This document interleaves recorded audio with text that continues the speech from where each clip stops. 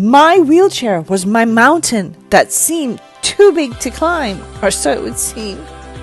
Then later, when complications from my foot surgery seemed to bring me right back there again, the power of faith and trust have again redeemed me. I followed a directed path, tapping into the power of Mother Nature, fueling healing and renewal, and was redeemed. Trust that there is a solution based in Mother Nature and a path to recovery for you. You just need to be open and take that first step. You just gotta get started, and you grow with each step.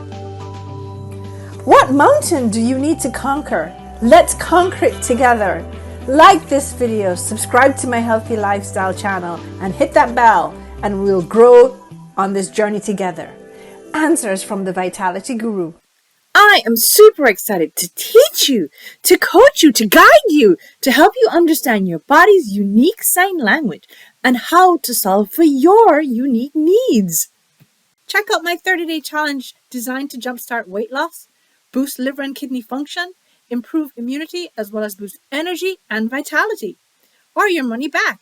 See the link in the description below. So my question to you is, what are you waiting for?